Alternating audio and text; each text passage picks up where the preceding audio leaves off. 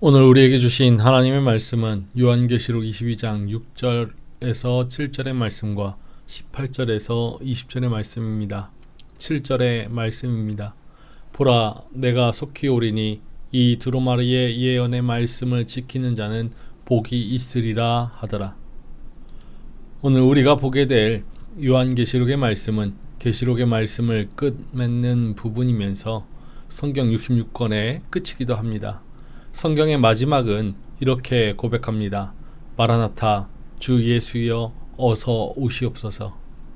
이 고백은 2000년 전의 추억을 부르는 주문이 아니라 지금 여기 임하시는 그리스도를 청하는 현재의 기도입니다. 해마다 대림의 네 번째 촛불이 켜질 때 우리는 과거를 재현하는 것이 아니라 매해 성령 안에서 새롭게 오시는 주님을 맞이합니다. 초대교회가 사용했던 히브리 성경 구약의 말씀의 마지막 문장은 고레스의 칙령입니다.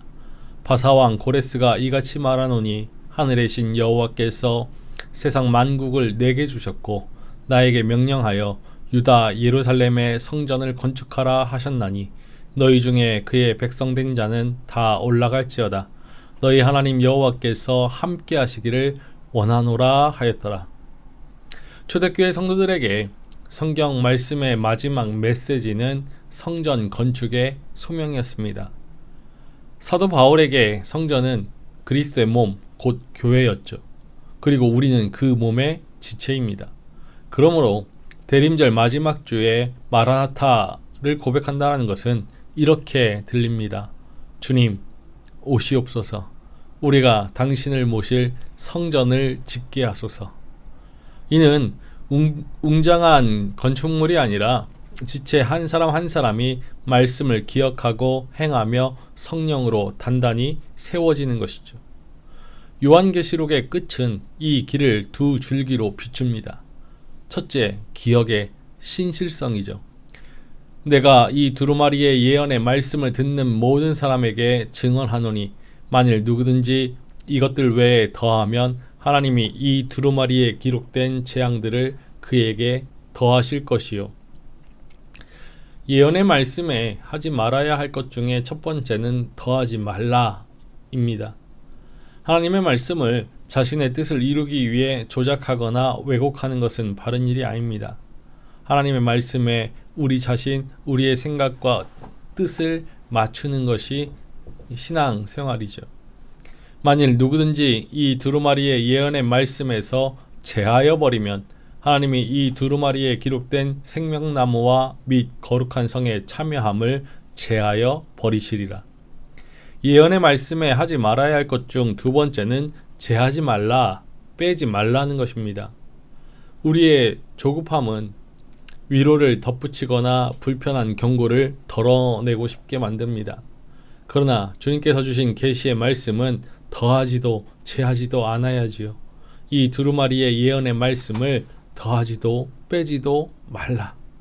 하나님의 말씀이 1.1핵 왜곡되지 않아야 하듯이 삶의 척도가 되고 표준이 되는 말씀 그대로 맞춰 행해야 합니다. 분명 교회는 주님께서 주신 것을 그대로 기억하는 신실함으로 세워지는 것입니다. 둘째, 임재의 약속입니다. 보라, 내가 속히 오리니 이 두루마리의 예언의 말씀을 지키는 자는 복이 있으리라 하더라. 이 두루마리의 예언은 요한계시록에 기록된 모든 말씀이고 이 말씀을 지키는 자는 복이 있을 것입니다. 주님께서 모든 말씀을 주신 목적은 주님께서 속히 오신다라는 그 말씀을 신뢰하고 말씀에 순종할 수 있도록 독려하기 위해서이지요. 이 같은 이유에서 주님의 다시 오심이 임박하였다라는 말씀이 요한계시록 22장에서 반복되고 있습니다. 우리는 주님께서 언제 다시 오실지 그 날과 그 시는 알지 못합니다. 그날은 도적같이 올 것이고 잉태된 여자에게 해산의 고통이 이름과 같이 호련히 이를 것입니다. 하지만 주님께서는 반드시 다시 오실 것입니다. 세상 역사의 마지막에 주님께서 다시 오실 것입니다. 내가 진실로 속히 오리라. 그리스도를 기다린다는 것, 그것은 성령을 기다리는 일입니다. 성령은 우리 안에 말씀의 씨를 심고 열매를 맺게 하시죠.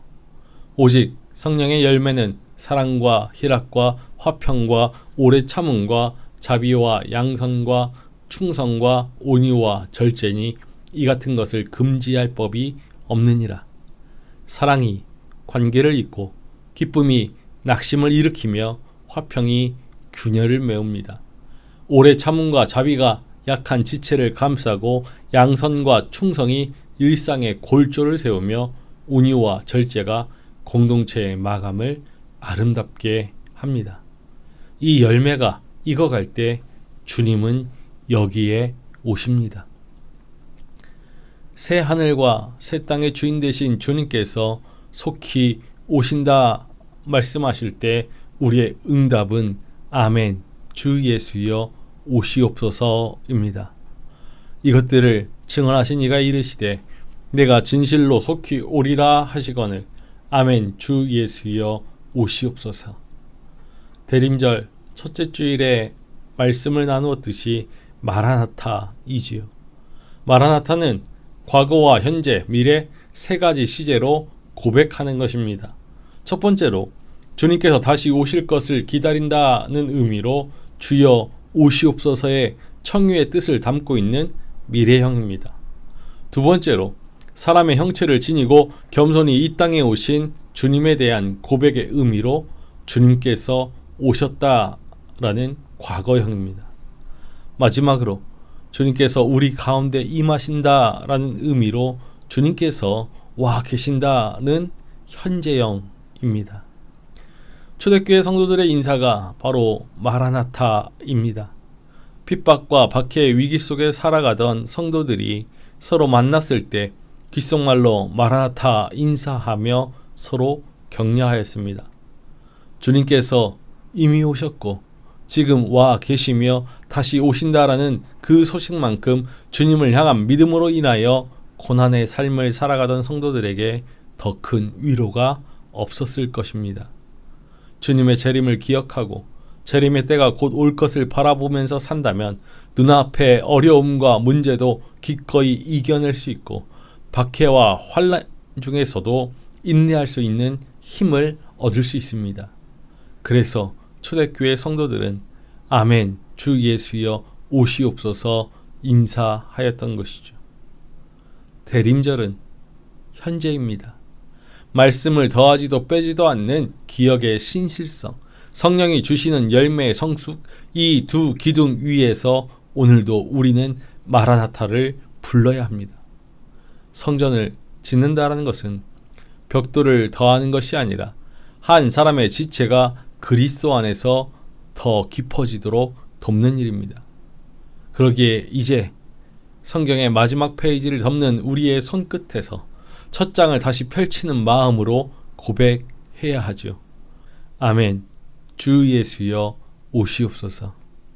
주님께서 우리를 위해 이 땅에 이미 오셨고 주님께서 우리의 삶 가운데 지금 와 계시며 주님께서 우리를 위해 다시 오신다는 위로와 소망이 지금 여기에서 믿음을 살아낼 힘이 되고 표대를 향하여 달려갈 동력이 됩니다. 그러므로 깨어서 주님께서 다시 오실 그 날을 기다리며 오늘 우리의 삶의 자리에서 기억의 신실성과 열매의 성숙을 위해 신실한 믿음의 삶을 살아가기를 주님의 이름으로 간절히 축원합니다. 주님께서 다시 오신다 약속하여 주시고 주님의 다시 오심을 기다릴 수 있는 믿음을 허락하여 주심에 감사를 드립니다. 말씀의 마지막에 마라나타 외치면서 주님을 기다렸던 믿음의 선조들과 같이 마라나타의 고백이 우리의 삶에서 매일매일 울려나게 하시고 아버지 하나님의 그 말씀을 붙들고 신실한 믿음의 삶을 살게 하옵소서. 주신 그 말씀에 더하거나 제하지 않고 온전히 신실하게 그 말씀을 받아 행하면서 주님, 우리의 삶을 통해 성령의 열매를 맺어가며 그리스도의 몸을 이 땅에 세워갈 수 있도록 함께하여 주옵소서. 날마다 우리의 삶에 사랑과 화평과 기쁨과 온유와 양선과 충성, 절제, 인내의 열매를 맺게 하시고 다시 오실 주님을 기다리며 다시 오실 주님을 기쁨으로 맞이할 수 있는 우리가 되게 하옵소서. 감사를 드리며 우리 주 예수 그리스도의 이름으로 기도하옵나이다. 아멘.